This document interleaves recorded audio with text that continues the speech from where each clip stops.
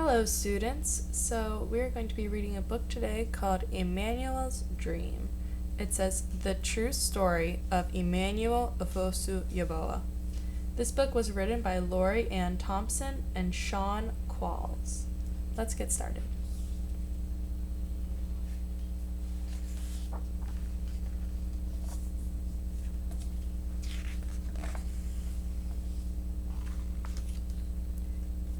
In Ghana, West Africa, a baby boy was born.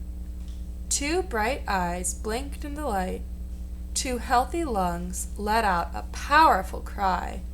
2 tiny fists opened and closed, but only 1 strong leg kicked.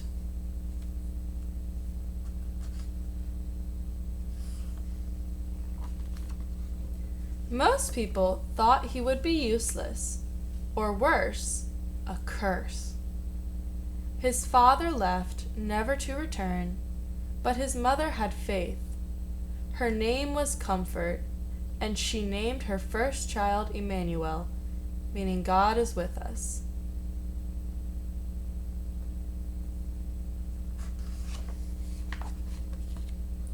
As Emmanuel grew, Mama Comfort told him he could have anything, but he would have to get it for himself. He learned to crawl and hop, to fetch water and climb coconut trees. He even shined shoes to earn money. Most kids with disabilities couldn't go to school. Still, Emmanuel's mother carried him there until one day she said, "You are too heavy." From then on, Emmanuel hopped to school and back, 2 miles each way, on 1 leg, by himself. At first, nobody would play with him, so Emmanuel saved his money and bought something none of his classmates had, a brand new soccer ball. Of course, he would share it, if he could play too. Lunging and spinning on crutches his grandmother had found for him, and kicking the ball with his good left foot, Emmanuel earned their respect.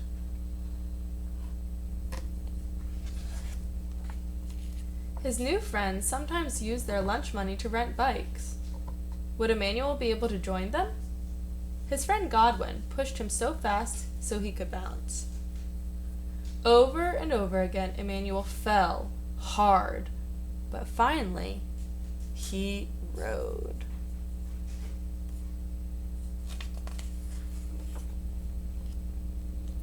When Emmanuel was 13, Mama Comfort got very sick. She could no longer sell vegetables at the market, and Emmanuel's sister and brother were too little to work. He would have to support them. Against his mother's wishes, Emmanuel snuck out and boarded a midnight train to the bustling city of Accra, 150 miles away, alone. He didn't know it then, but it would be 2 years before he saw his family again. Emmanuel arrived full of hope. There were so many people, but no one would hire him. Shopkeepers and restaurant owners told him to go out and beg, like other disabled people did. Emmanuel refused. Finally, a food stand owner offered him a job and a place to live.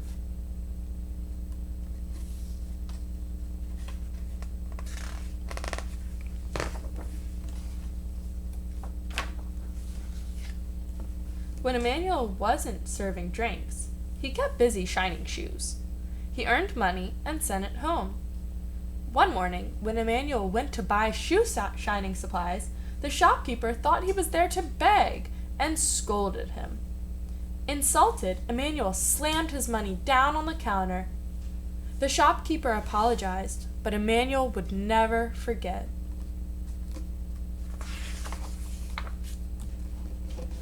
When Mama Comfort grew sicker, Emmanuel went home to be with her. From her bed on Christmas Eve, she told her son, "Be respectful, take care of your family, don't ever beg, and don't give up.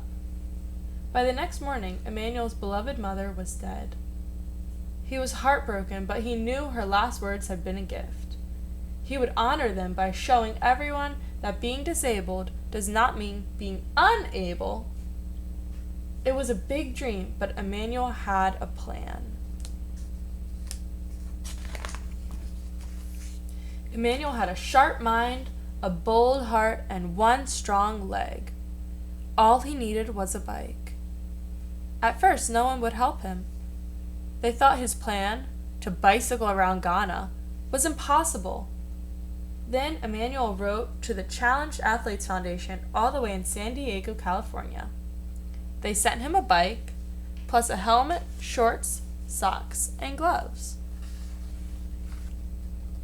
Emmanuel started training for the long ride. He persuaded the king of his region to give him a royal blessing. He went door to door asking for additional support. Finally, he hired a taxi to follow him with drinking water, a camera, and his best friends.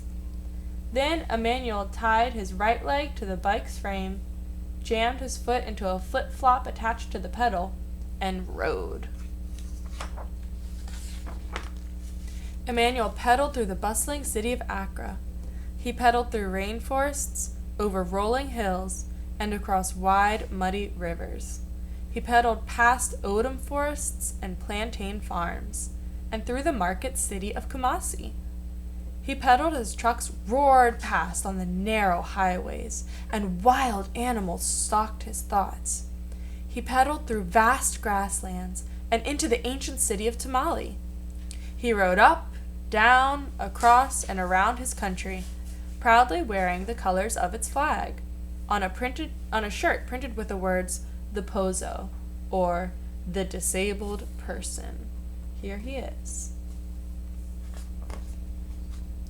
Along the way, Emmanuel talked to those with physical challenges and those without, to poor farm workers and wealthy landowners, to religious leaders, government officials, and reporters.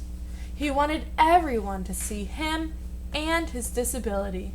He wanted everyone to hear him and his message. The farther Emmanuel rode, the more attention he got.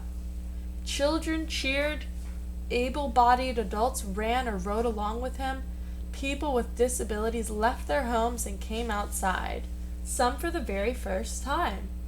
The young man, once thought of as cursed, was becoming a national hero.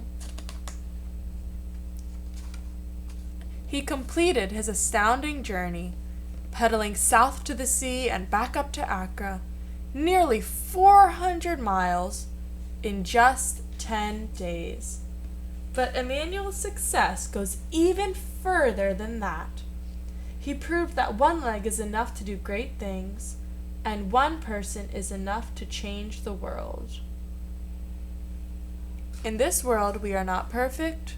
We can only do our best. From Emmanuel Pozo Yeboah. Thanks for listening, everyone. Again, this book was called Emmanuel's Dream, The True Story of Emmanuel Pozo Yeboah, written by Lori Ann Thompson and Sean Quall.